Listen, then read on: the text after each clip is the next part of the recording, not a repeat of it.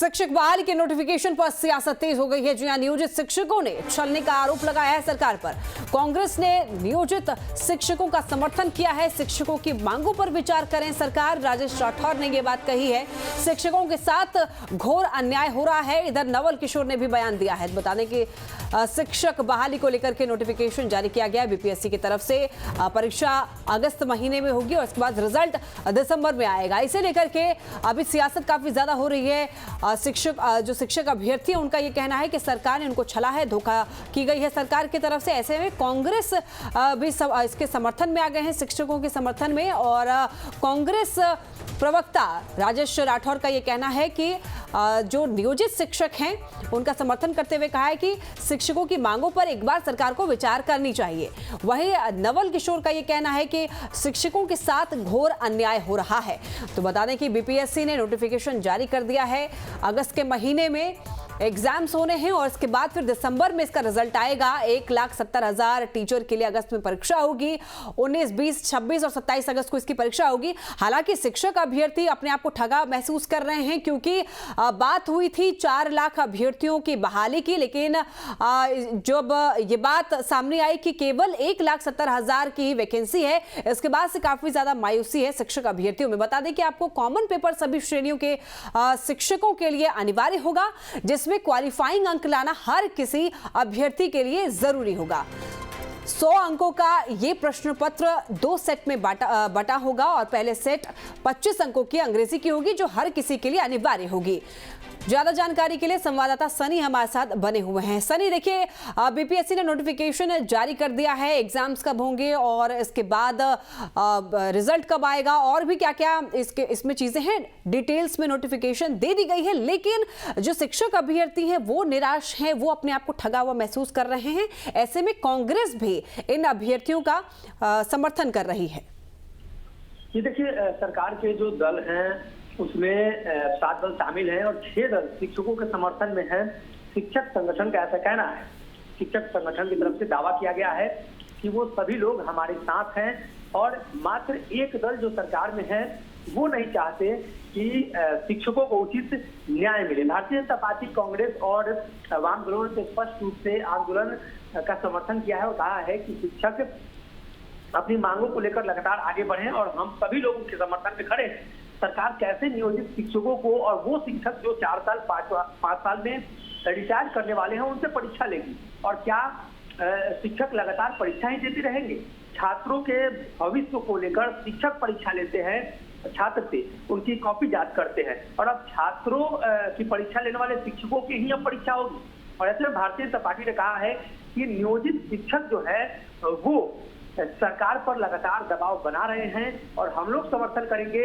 उनका अधिकार, उनका हक उन्हें देना पड़ेगा। लेकिन सबसे महत्वपूर्ण सवाल यही है कि आखिर सरकार में शामिल दल भी शिक्षक का समर्थन कर रहे हैं, तो क्या मुख्यमंत्री नीतीश कुमार के साथ जब उनकी बैठक होती है तो इस मुद्दे पर बातचीत नहीं होती, या सरकार उनकी बातों को नहीं सुन रही है? कई तरह के सवाल उत्पन्न हो रहे हैं। या सरकार डैमेज कंट्रोल के लिए अपने समर्थित दलों को ये शिक्षकों के पाले में खड़ा कर चुकी है? कहीं ना कहीं शिक्षक संगठन ने कई तरह के आरोप राजनीतिक दलों पर लगाए हैं। देखना ही होगा कि शिक्षक बहाली को लेकर अब नोटिफिकेशन जारी हो चुके हैं, इस पर सियासत हो रही है, तो शिक्षक संगठन अंतिम फैसला क्या लेते हैं।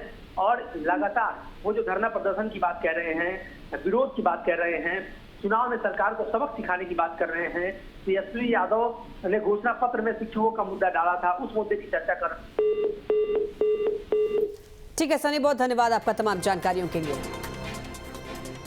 तो बीपीएससी ने नोटिफिकेशन जारी कर दिया है। शिक्षक अभ्यर्थियों के लिए नोटिफिकेशन है ये। एग्जाम्स होने हैं अगस्त में, रिजल्ट आएगा दिसंबर में। बता दें आपको कि नियोजित शिक्षकों ने सरकार पर छलने का आरोप लगाया है, धोखा का आरोप लगाया है कि सरकार ने धोखा किया है। बात 4 लाख वैकेंसी की हुई थी और 1,70,000 की वैकेंसी को लेकर के काफी ज्यादा नाराजगी, और साथ ही साथ एग्जाम लेने को लेकर के भी नियोजित शिक्षक काफी ज्यादा आक्रोशित हैं।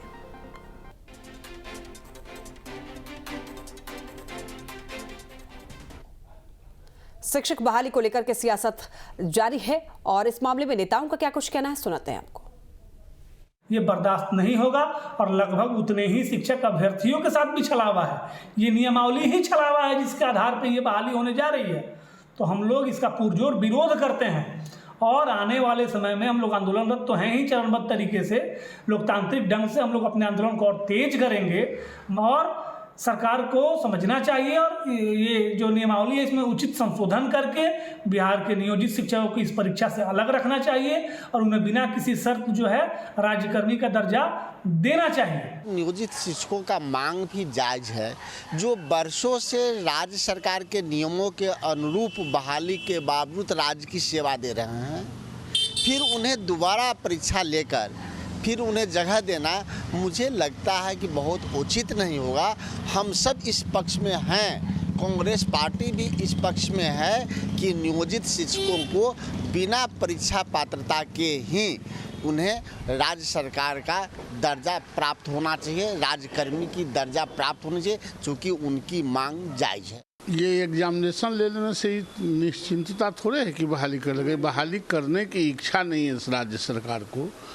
ये तो जो अभ्यर्थी हैं उनके लिए टीईटी स्टेट परीक्षा लिए ही थे, अब तो जानबूझ के उसको लवेधने के लिए ये बीपीएससी में ले गए हैं, ये घोर अनर्थ कर रहे हैं और ज़बरदस्ती इनको अपॉइंटमेंट करने की इच्छा नहीं है, इसलिए इस तरह की बात कर रहे हैं और शिक्षकों के साथ अभ्यर्थियों के साथ घोर अनर्थ है।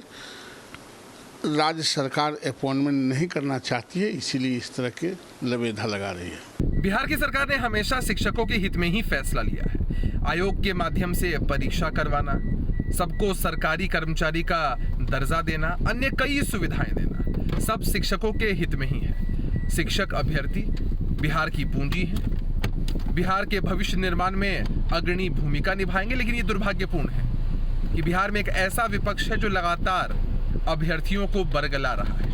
हम अभ्यर्थियों से अपील करते हैं कि धैर्य का परिचय दे। सरकार उनके हित में ही लगातार काम कर रही है।